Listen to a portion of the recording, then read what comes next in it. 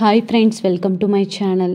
గగనిక హాస్పిటల్కి వెళ్ళి భూమికి ప్రపోజ్ చేసినట్టు, తన మెడలో నెక్లెస్ వేసినట్టు, తన ప్రేమని అంతా కూడా తెలిపినట్టు తను ఊహించుకుంటూ ఉంటాడు. కానీ నిజానికి కారులో కూర్చొని అదంతా భ్రమగా అనుకుంటూ ఉంటాడు గగన్. అప్పటికే హాస్పిటల్కి వచ్చిన గగన్కి ఒక చేదు వార్తనే చెప్పుకోవాలి.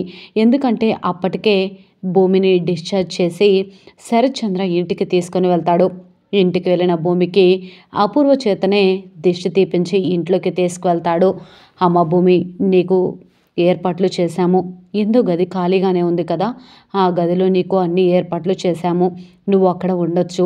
నీకేం కావాలన్నా మేం చూసుకుంటాము అని చెప్పి ఈ విధంగా అనగానే భూమికి అక్కడ ఉండడం ఇష్టం లేకపోయినా శరత్ చంద్ర అంటే తన నాన్నే కాబట్టి తన మాటని కాదనలేక సరే అంకుల్ అని చెప్పి అంటూ ఉంటే, అమ్మ భూమి, నిన్ను అంకుల్ అని పిలవద్దని చెప్పాను కదా, నాన్న అని పిలువు అనగానే సరే నాన్న అని చెప్పి అంటూ ఉంటే, అమ్మ భూమి, ఇంకొకసారి నాన్న అని పిలువమ్మ అని అనగానే నాన్న అని చెప్పి అంటూ ఉంటే భూమిని దగ్గరకు తీసుకొని నుదుట ముద్దు పెట్టి సరేనమ్మా నువ్వు వెళ్ళి ఆ గదిలో విశ్రాంతి తీసుకో అనగానే సరే అని చెప్పేసి వెళ్ళిపోతుంది. ఇక వెళ్ళిన భూమి దగ్గరికి చెర్రీ వెళ్ళి, భూమి నీకేం కావాలన్నా నేను చూసుకుంటాను, చెర్రీ అని పిలిస్తే చాలు అనగానే సరేనండి అలానే అని చెప్పేసి అంటూ ఉంటుంది. ఇకపోతే మరి నిజంగా భూమి అలాగే గగన్ ఇద్దరు కూడా కలుస్తారా? శరత్ చంద్ర ఇంటికి చేరిన భూమిని గగన్ ఏ విధంగా కలవబోతున్నాడు? గగన్కి అపూర్వ గురించి ఏ కుట్రలు తెలియవా? నిజంగా తన బండారం ఎలా బయట పెట్టబోతున్నారు? భూమి అక్కడ ఉండే అపూర్వ కుట్రని తెలుసుకొని గగన్కి సమాచారం ఇచ్చి ఇద్దరు కూడా నరేన్ని పట్టుకొని మళ్ళీ కూడా అపూర్వ గుట్టు బయట పెట్టబోతున్నారా? అసలు ఏం జరుగుతుంది తెలుసుకోవాలి అంటే పూర్తి వీడియోలకైతే వెళ్ళిపోదాం. ఇక లేట్ చేయకుండా పూర్తి వీడియోనైతే చూసి మొదటిసారిగా నా ఛానల్ని చూస్తున్నట్లయితే సబ్స్క్రైబ్ చేసి పక్కనే ఉన్న గంట సింబల్ని కూడా యాక్టివేట్ చేసుకోండి. అలా చేయడం వల్ల నేను పెట్టే ప్రతి ఒక్క వీడియో అప్డేట్ అనేది మీ వరకు ఈజీగా వచ్చేస్తుంది. ఇక లేట్ చేయకుండా పూర్తి వీడియోలకైతే వెళ్ళిపోదాం. ఇక గగన్ ఇంటి దగ్గర నుంచి బయలుదేరతాడు కదా. ఇక భూమి ఇంకా లేకపోయేసరికి అపూర్వ కావాలనే భూమి దగ్గరికి వచ్చి దగ్గినట్లుగా నటిస్తుంది. భూమి మెలకు వస్తుంది. ఏంటి మమ్మీ అప్పుడే తెల్లారిపోయిందా అనగానే ఎప్పుడూ తెల్లారిపోయింది భూమి, కానీ నీకు ఇంకా తెల్లారినట్లేదు అనగానే ఏంటి మమ్మీ అలా చిరాకు పడుతున్నావు, నీకు ఇంకా అర్థం కాలేదా ఏంటి? పైన కెమెరాలు ఉన్నాయి, నువ్వు నవ్వుతూ మాట్లాడకపోతే ఖచ్చితంగా తెలిసిపోతుంది అనగానే అవును కదా భూమి అని చెప్పేసి నవ్వినట్లుగా యాక్ట్ చేస్తూ ఉంటుంది.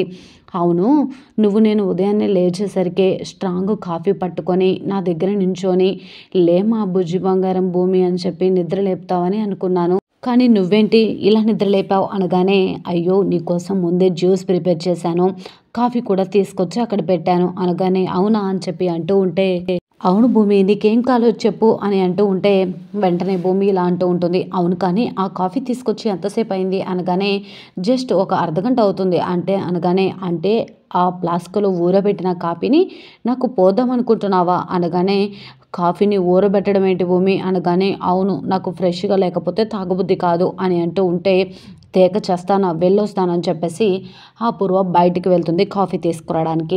ఈలోపు గగన్ కారులో నుంచి దిగి హాస్పిటల్ అడుగుపెట్టి అక్కడున్న దేవుడిని దండం పెట్టుకొని భూమికి ఎలాగైనా ప్రపోజ్ చేసి తన ప్రేమను తెలపాలని చెప్పి బయలుదేరి వస్తూ ఉంటాడు కదా. దారిలో డాక్టర్ ఎదురవడంతో డాక్టర్కి కూడా హాయ్ చెప్పి గుడ్ మార్నింగ్ కూడా చెప్పేసి లోపలికి వస్తాడు. భూమి ఎక్కడా కనిపించదు. అప్పుడే అటు నుంచి భూమి వస్తూ ఉంటుంది. భూమిని చూసి హాయ్ భూమి, హాయ్ తలతిక్క అని అంటూ ఉంటే హాయ్ తలతిక్క గారు అని చెప్పేసి అంటూ ఉంటుంది. తైతక్క తలతిక్క అని ఇద్దరు కూడా మాట్లాడుకుంటూ ఉంటారు. ఇప్పటికి గుర్తొచ్చానా అనగానే అదేం లేదు భూమి అని చెప్పేసి అంటూ ఉంటాడు.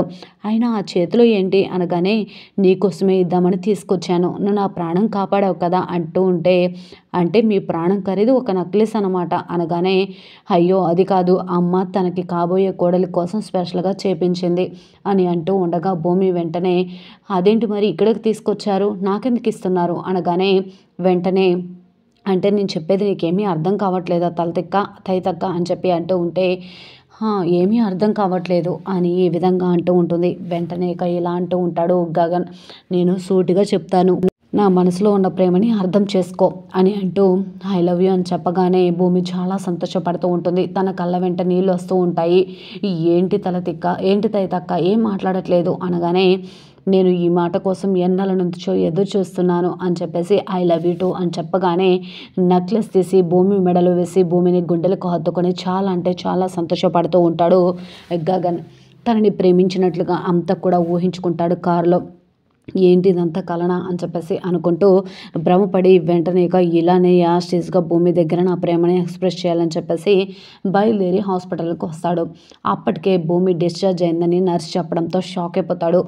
ఎవరు తనని డిశ్చార్జ్ చేసి తీసుకువెళ్లారు అనగానే వాళ్ళ నాన్న ఉన్నారు కదా శరత్చంద్ర గారు, అతనే తీసుకువెళ్ళాడు అని అంటూ ఉంటే, అసలు ఎవరు భూమి, నువ్వు శరత్చంద్ర గారు పిలవగానే ఆయన ముట్టపడి వెళ్తున్నావు, అసలు ఎవరైనా ఎందుకంత ఇంపార్టెన్స్ ఇస్తున్నావు అని చెప్పేసి ఆలోచిస్తూ ఉంటే, సరే అని చెప్పేసి గగన్ బయలుదేరి వెళ్తూ ఉంటే నర్స్ వచ్చి, సార్ ఆ రోజు తనకి ఆపరేషన్ చేసేటప్పుడు తన వస్తువులన్నీ కూడా తనకి ప్యాక్ చేసి ఇచ్చాం సార్, కానీ తను మర్చిపోయింది, తనకి ఇస్తారా అనగానే సరే అని చెప్పేసి గగన్ ఇక భూమి వస్తువులను తీసుకొని బయలుదేరతాడు.